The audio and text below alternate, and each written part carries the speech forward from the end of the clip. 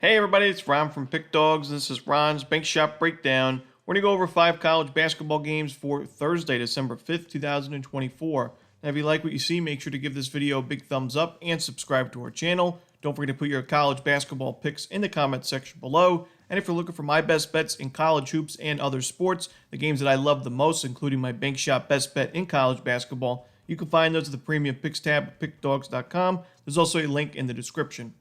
Alrighty, here we go. Here are the games for Thursday in college hoops. First up, we have Penn State and Purdue. This one's going to be 6:30 Eastern on Fox Sports 1. It's a home game for Penn State and a conference game, obviously. Penn State's playing with revenge from losing to Purdue last season. That was at Purdue. They only had one meeting. And, honestly, when you look at Purdue in the last couple of years, not the best team in true road games. Last year, they only lost 3 regular season games, but all those were on the road against Big Ten foes, Ohio State, Nebraska, and Northwestern. And while Penn State has not really taken on the toughest of schedule this year, I still think I really like this team. I like the way they're playing. I think they'll finish in the top half of the Big Ten standings. I think they win the fundamentals in this one. The turnover battle, the rebounding game, I think Penn State is superior in both. And, Purdue's had one true road game this season. It was against Marquette. It was an 18-point loss and a wire-to-wire loss in that one. Marquette was up from the beginning to the end.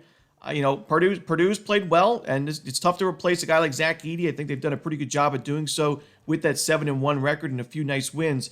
But on the road here, Penn State should be way up for this game. I think they match up well. I'm going to take Penn State in this one. Next up, we have Stephen F. Austin, the Lumberjacks, taking on UT Rio Grande Valley, the Vaqueros. This one's going to be 7:30 Eastern on ESPN+. Interesting game here because last year these teams were both in the WAC. They moved to the Southland this offseason, so this still is a conference game. They'll meet again on February 10th.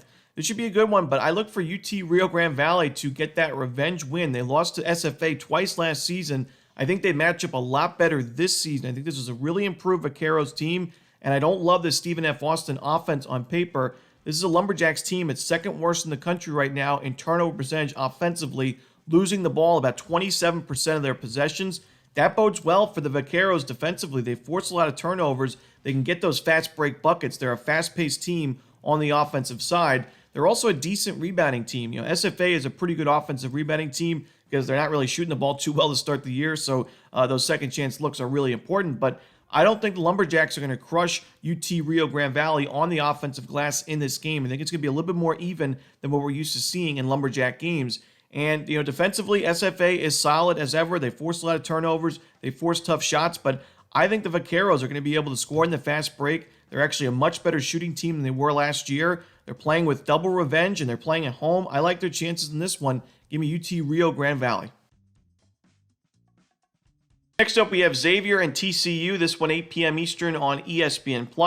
TCU has struggled recently. They've lost their last 2 games and 3 of their last 4. Now 4-3 to start the season. But I like the fact that they're a little bit more battle-tested now than they usually are at this point in non-conference play. You look last year, TCU opened the season 7-0, but they played all teams outside the top 150 in KenPom. When it got into some of the tougher games in their schedule, at least in the beginning of their schedule, they'd started to struggle. They lost to Clemson, lost to Nevada outright. They lost to Kansas in their first conference game. So I think TCU is in a better position this season than it was last year. The offense, not off to a great start, but I think it's a little bit better than their current numbers, the points per game and the adjusted offensive efficiency. I think the defense is exactly where it needs to be. It forces a lot of tough shots, forces a lot of turnovers, and is pretty disciplined. Doesn't take too many fouls.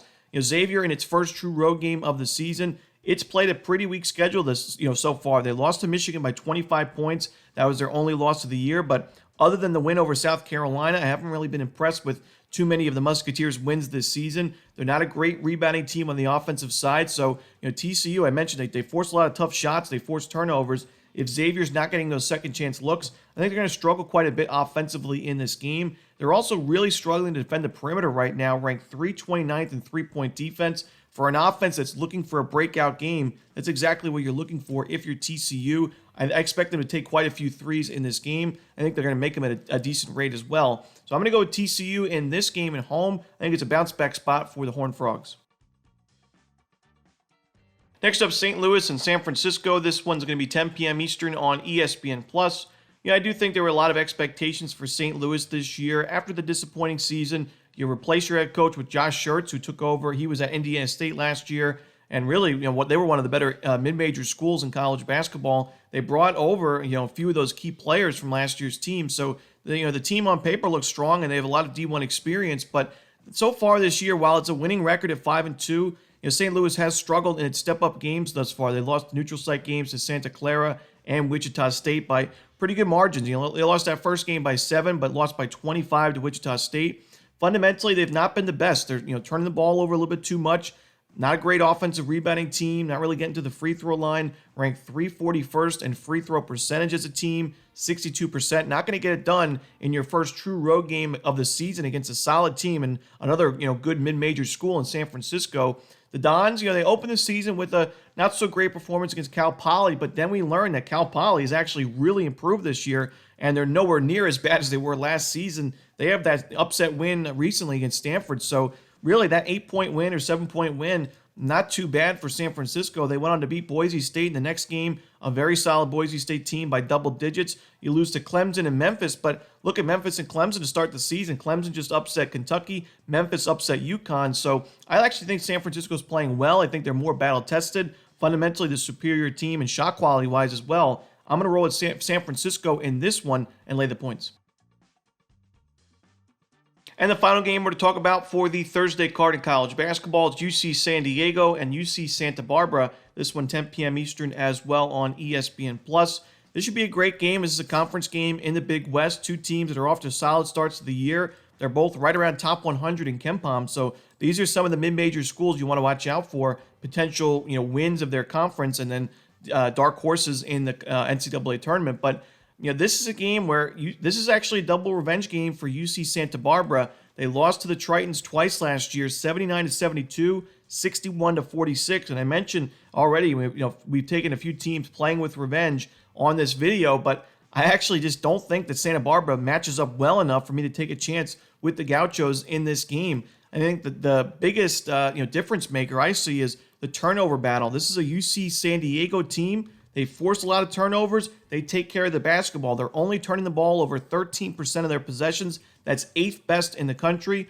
But they also force a turnover on 23% of their opponent's possessions, 19th best in the country. That's a problem for Santa Barbara, who had 27 combined turnovers in the 2 games against UC San Diego last year.